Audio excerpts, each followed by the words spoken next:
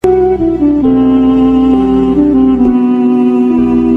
القلوب إلى الحبيب تميل ومعي بذلك شاهد ودليل. Bismillahirrahmanirrahim. Assalamualaikum warahmatullahi wabarakatuh. Alhamdulillah kita bisa berjumpa kembali dengan para sahabat Manfaat Doa Channel. Semoga senantiasa kita dirahmati oleh Allah Subhanahu wa taala serta dilancarkan rezekinya. Amin. Salah satu perbuatan dosa besar yang teramat dibenci oleh Allah Subhanahu wa taala adalah zina. Banyak sekali ayat yang terdapat di dalam Al-Qur'an yang menjelaskan terkait hukuman yang akan diterima oleh pelakunya, baik di dunia maupun di akhirat. Zina yang dilakukan oleh seseorang yang belum menikah, maka pelakunya harus dirajam di depan penduduk sebanyak 100 kali. Jika yang berzina sudah menikah, maka hukumnya dirajam hingga mati. Begitu besarnya dosa zina. Dalam sebuah riwayat dijelaskan bahwasanya Nabi Musa alaihissalam tidak memaafkan pelaku zina karena dianggap sangatlah hina. Nabi Musa alaihissalam mengusir pezina wanita yang ingin bertaubat dan meminta petunjuk dari beliau. Hal ini menunjukkan jika zina adalah dosa besar yang sulit terampuni. Akan tetapi ada dosa yang lebih besar dari 1000 kali dosa berzina, yaitu meninggalkan sholat 5 waktu dengan sengaja. Dosa meninggalkan sholat 5 waktu ini hukuman dan kemurkaan Allah, dan juga mendapat kehinaan di akhirat dan juga di dunia.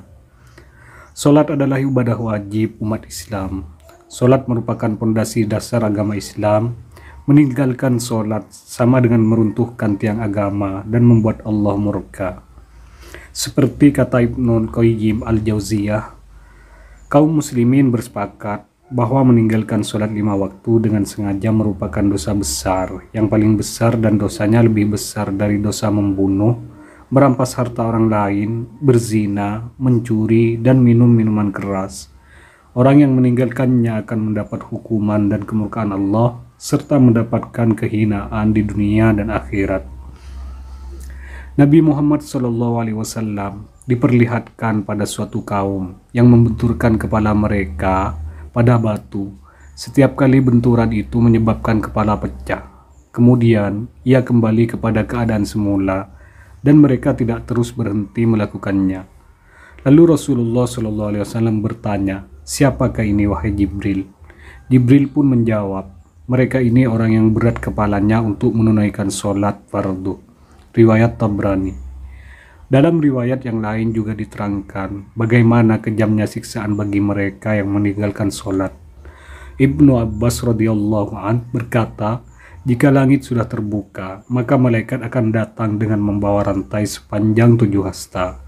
Rantai ini akan digantungkan kepada orang yang tidak melaksanakan sholat, kemudian dimasukkan dalam mulutnya dan akan keluar dari duburnya.